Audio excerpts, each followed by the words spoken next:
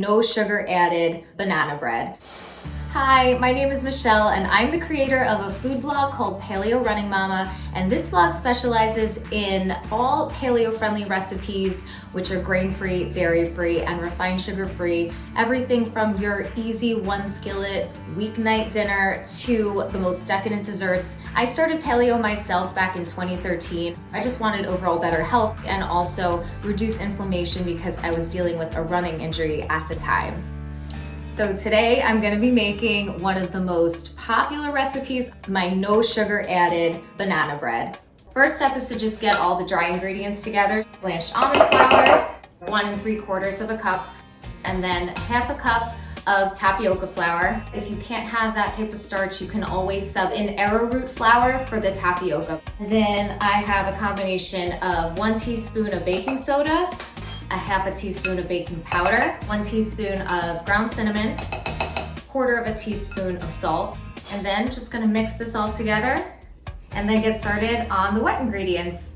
It starts with mashed overripe bananas. We are using 3 today, and I'm gonna whisk them together with some eggs and then a little bit of coconut oil. I already melted it, it's 1/4 cup. I specifically like to use refined coconut oil because it doesn't have any flavor. And one thing that sometimes people are put off by when they start cooking and baking with paleo friendly ingredients is that everything starts tasting like coconut. So to avoid that, I like to use organic refined coconut oil and some vanilla. So now I have my dry mixture here. I'm going to add it to the wet mixture, hold everything together, and then to bake it, I like to use a medium loaf pan. I just lined it with parchment paper. I like to do that because it's easy to remove it. And then I'm going to bake this to 350 degrees, and it's gonna bake for about 50 minutes in the preheated oven.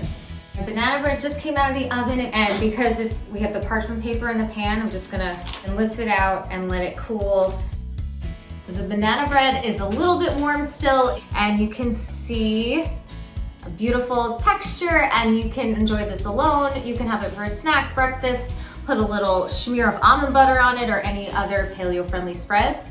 And I hope you all enjoy this banana bread as much as my family and I do. Bye-bye.